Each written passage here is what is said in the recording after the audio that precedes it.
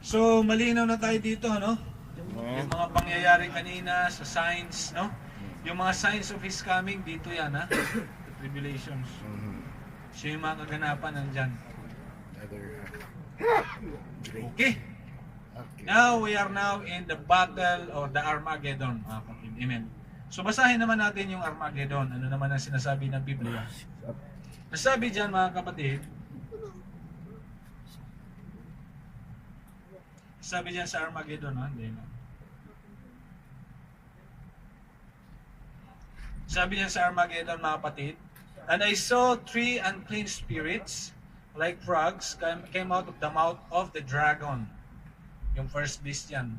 And out of the mouth of the beast, and out of the mouth of the false prophets. Actually, ito ko dyan, isa lang, ha? Huwag niyong gawing tatlo yan.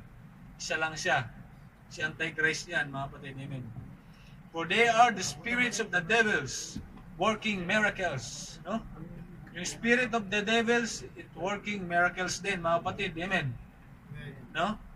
Which go forth unto the kings of the earth and the whole world to gather them to battle of the great day of God Almighty. Behold, I come as a thief. Blessed is he that watcheth and keepeth his garments, lest he walk naked, and they see his shame. And he gathered them together into a place called, in the Hebrew tongue, Armageddon. Amen. So yung Armageddon, it is a place of battle. Amen. So it is, kumbaga, location. Amen. So Battle of Armageddon, that is the end thereof shall be with war. Dito yan, no? Ang dulo ng 70 weeks is a war. That is the end of the 70 weeks. To complete the 70 weeks, it is war. Amen. Amen? Amen. That is Armageddon. And I saw heaven opened, and behold, a white horse. And he that sat upon him was called Faithful and True. And in righteousness he doth judge and make war. His eyes were as a flame of fire, and on his head were many crowns. And he had a name written that no man knew, but he himself. And he was clothed with a vesture dipped in blood. Amen, no? Yung kanyang vesture dipped in blood. And his name is called the Word of God. So yan nakasakay sa horse, mga kapatid. Ang kanyang vesture was deep in blood. Okay? Deep in blood. Okay. And his name is the Word of God, who is that? Jesus Christ. So Jesus Christ has a vesture which is deep in blood. Okay? He will make war. Where? In the Armageddon, the place. And the armies which were in heaven followed him upon white horses. So meron din pala siyang kasama. Clothed in fine linen, white and clean. So mayroong horses, mga kapatid, praise God, no? May horses, mayroong mga kasama, mga kapatid, no? May horses. At saka yung sa kanya, deep in blood. Amen. Deep in blood. Amen. Yung iba, white lang. And out of his mouth goeth a sharp word, and with it he should smite the nations, and he shall rule them with rod of iron.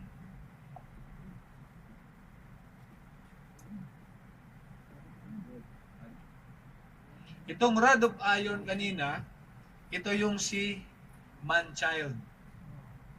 Amen, ba? Yung si woman, meron siyang man-child, and he shall rule the nation with rod of iron. Sino yun? Si Jesus Christ. Kaya bakit natin tinukoy na yun yung Israel? Because of those clues. Siya yan, si Jesus Christ. Amen. He will rule the nation with rod of iron sa Battle of Armageddon. Amen. And he treaded, he.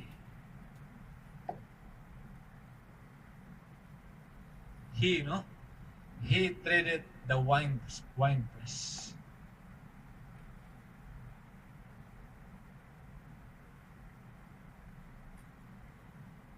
The wine press. Amen, no? Of, of the fierceness and wrath of the Almighty God.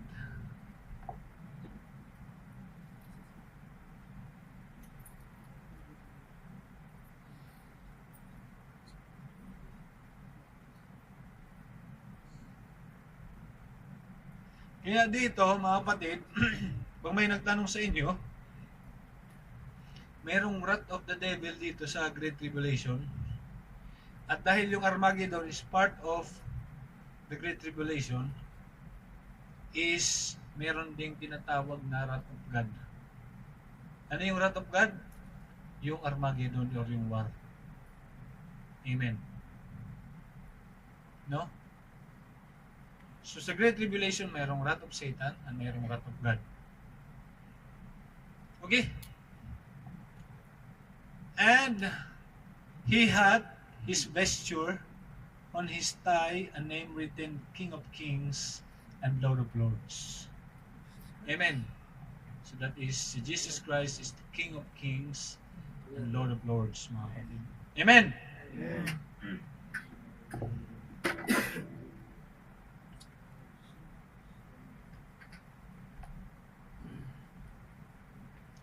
And I saw the beast, and the kings of the earth, and their armies gathered together to make war against him. Okay? That sat on the horse and against his armies. So against him that sat on the horse and against his army. And the beast was taken with him, the false prophet, amen, that wrought miracles before him. Amen. Kaya nga si false prophet or si Antichrist, isa lang yun, ha? Siya yung nag-show ng miracles. With which deceived them that had received the mark. Amen. So sa panahon na to, sa Antichrist, amen, or false prophet, nag-show siya ng miracles. Mayroong mga naka-receive ng mark dyan, mga kapatid. At mayroong nag-worship doon sa image ng beast. These both were cast alive into the fire of burning with brimstone. Amen. This is a futuristic event. Okay? Dinidescribe lang dyan na ito si false prophet in the future ay itatapon siya sa burning doon sa lake of fire. Okay? Kasi meron dyan nagtuturo ng after ng Armageddon, judgment na. Okay? Okay? May nagtuturo dyan, lalo na si self-proclaimed evangelist Brian Badaw.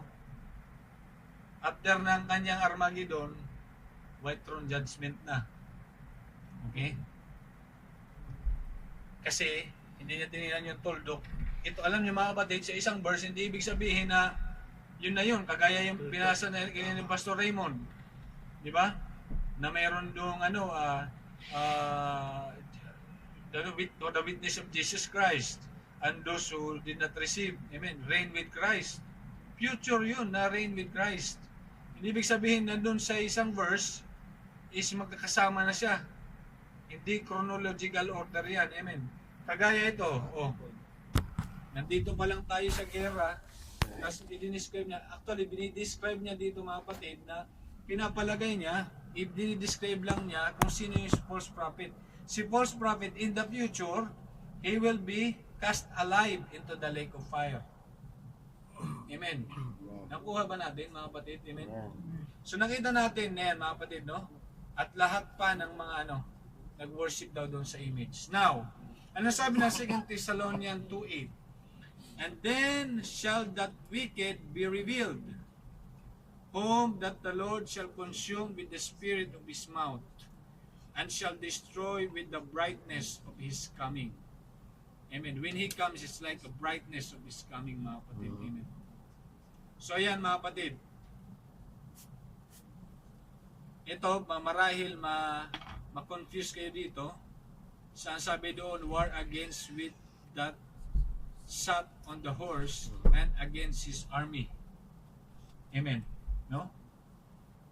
Confusing yung pastor ko, ating target. Sige. Kasi doon, di ba? And the beast was taken and with him the false prophet. And this both were cast alive into a lake of fire. Sabi kanina is the false prophet and the Antichrist is one and the same. Pero dito, tinignan po natin, the beast and the false prophet, both of them were cast alive into a lake of fire. Does that mean na dalawang tao sila? Hindi, actually, ganito yan. Ito, he is a man. Okay? He is the Antichrist. Or he is the false prophet. Correct? He is the false prophet. And since the beast, okay, he is a spirit being. Amen. He resides inside this false prophet. That is why he practiced the power of the dragon. And he speak as a dragon. Amen? Nakuha natin? Amen. But to describe, di ba? Kasi si Satan, hindi naman siya sa lake of fire mapupunta eh. Sa bottomless pit siya eh. Ayan o. Ayan yan, mga kapatid. Which is in him.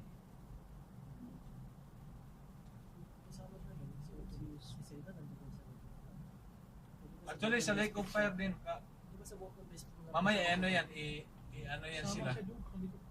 Sama siya doon. Both. Ayan o, makita natin dyan, mga kapatid. So, the beast was taken and with him the false prophet that wrought miracles before him. Si beast, we know that he is Satan, which is a spiritual being, mga kapatid, no? And ginamit niya si false prophet, amen, wrought miracles. Sino si false prophet? Yung nagpakita daw ng mga miracles, amen, no? Mga wonders, amen, no? So siya yun, amen, which he deceived them. Kaya nga sabi niya, he deceived them, that will cause the nation to worship the first beast. Diba? Sabi doon kanina sa two beasts na pinag-aralan natin. And receive the mark of the beast. Amen. And both of them will be cast in the future in the lake of fire during the judgment. Amen. Mamaya pag-aralan yung white throne judgment. Amen. And then shall see that the wicked be revealed, whom the Lord shall be consumed. Ito yung sinasabi niya, He will consume them. Amen. Now, okay ba doon, Pastor? Futuristic po siya talaga. Futuristic yun. Kasi nga may tuldok na doon, yung tuldok. Tapos dinescribe niya, ito daw, itatapon yan sa future doon sa lake of fire, which is the white throne judgment. Mamaya babasahin natin yun. Para lang maintindihan daw natin, sino ba yun? Sila yung itatapon sa future, sabi ng author. Amen. Amen. Okay. Amen na lang yata eh. Okay, mag-amen pagka hindi amen, ha? Praise the Lord. Wherefore art thou red in thine apparel? Amen. And thy garments like him that treadeth in the wine fat. Isaiah, I have trodden the winepress alone. I have trodden. Amen, no? Trodden, past tense na yung trodden. Oo.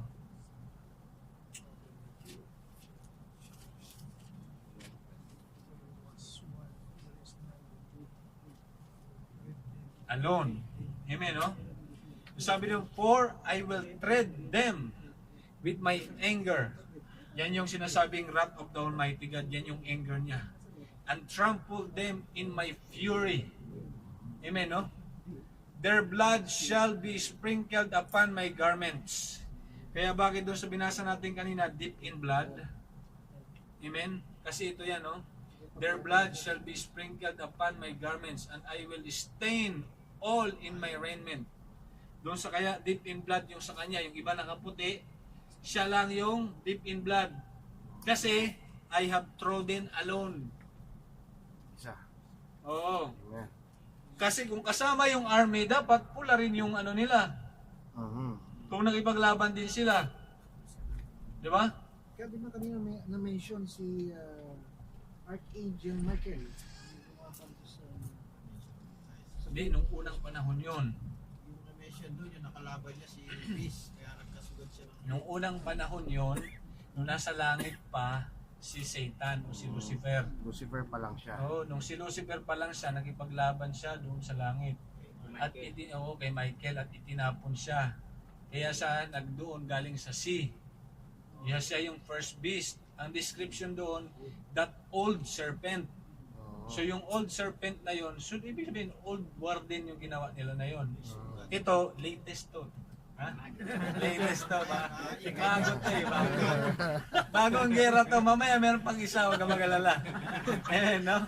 So bagong gera na to. Ang gusto niya. O dahil sa bagong gera, hindi na to si Michael. Amen, no? Ito na si Jesus Christ. Kanina, sabi dito, no?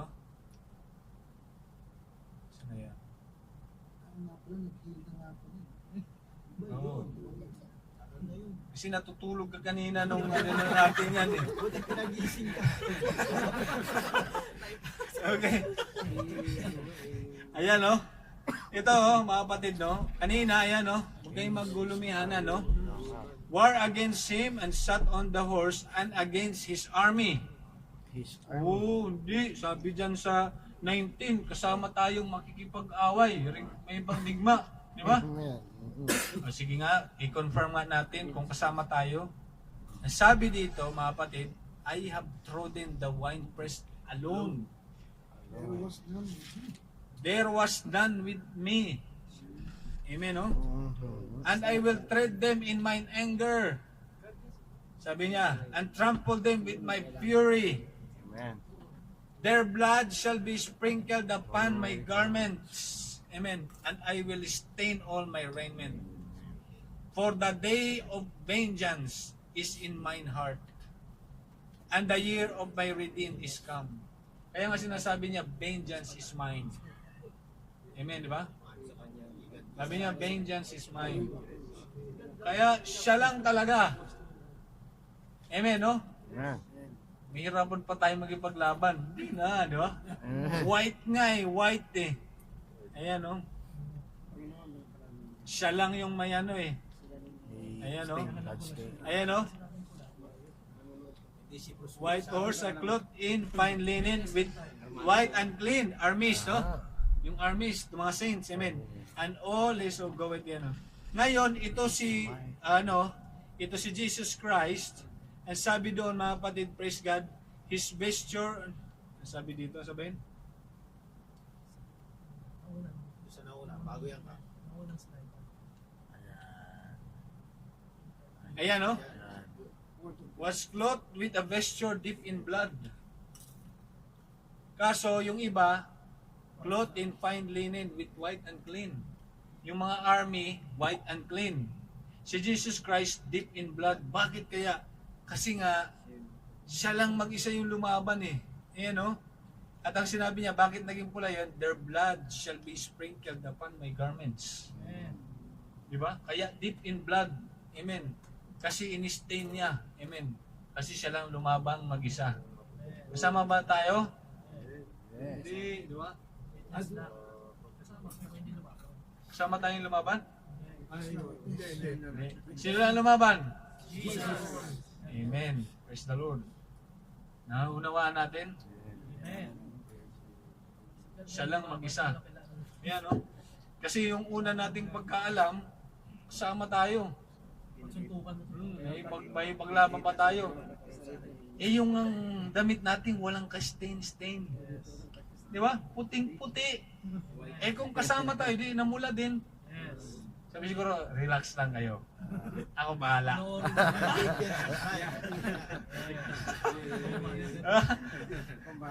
Amen. Ako bahala dito. Bakit? For the day of my vengeance is in mine heart. Bakit? Matindi kasi yung kanyang abomination eh. No, yung ginawa niya dito, matindi mga kapatid, praise God. Kaya it is a battle of Christ and Antichrist. Yes. Talagang matindi yung ginawa niya. Amen. Amen. And I looked, and there was none to help me. Wala talaga. Kumbaga, lumilingon pa habang nakipaglaban. Kumbaga sabay, one hand lang eh. Amen. And I wonder that there was none to uphold. Therefore mine own arm brought salvation unto me, and my fury it upheld me. And I will tread down. Amen. No? I, puro I, no? No? The people in mine anger, and make them drunk in my fury, and I will bring down the restraint to the earth.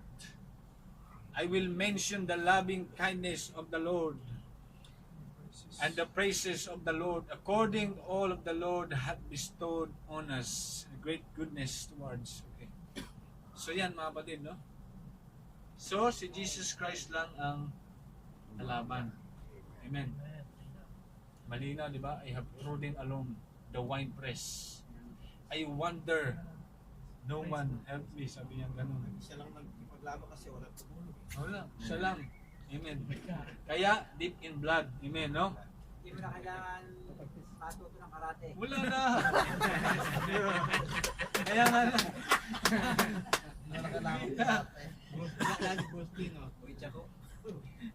Amen.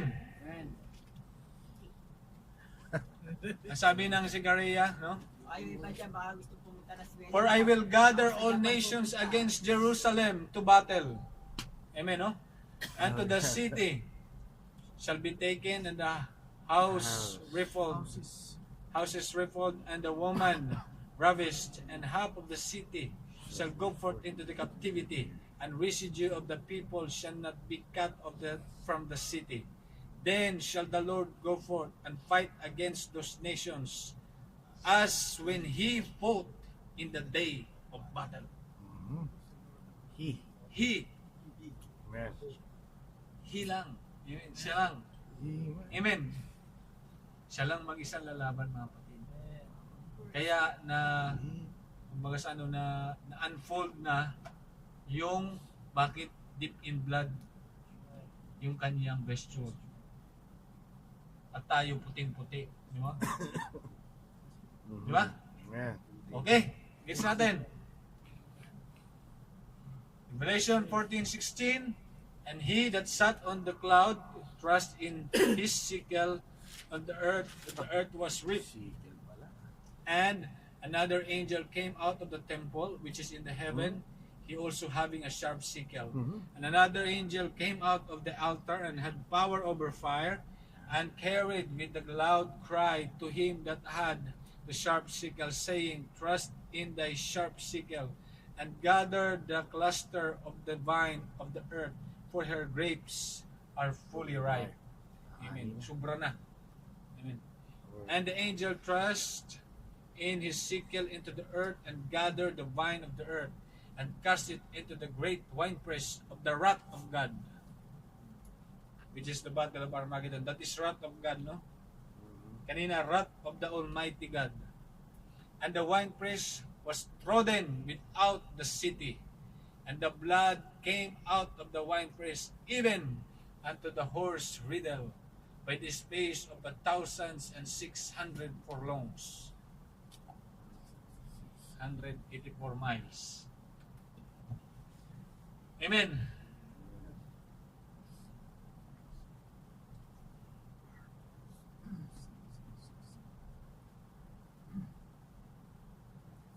Okay. So nakita natin dito sa Battle of Armageddon, si Jesus Christ lang ang lalaban. Amen. Amen. Mali pala yung sinasabi nila na magkaroon ng kakampi ng bansa ang Antichrist para sila yung lumaban dun sa panig sa mabuti sa Israel. Hindi, ang sinabi lang dyan na ang igagather dyan yung mga kings laban sa Israel. Yun ang lalaban sa Israel.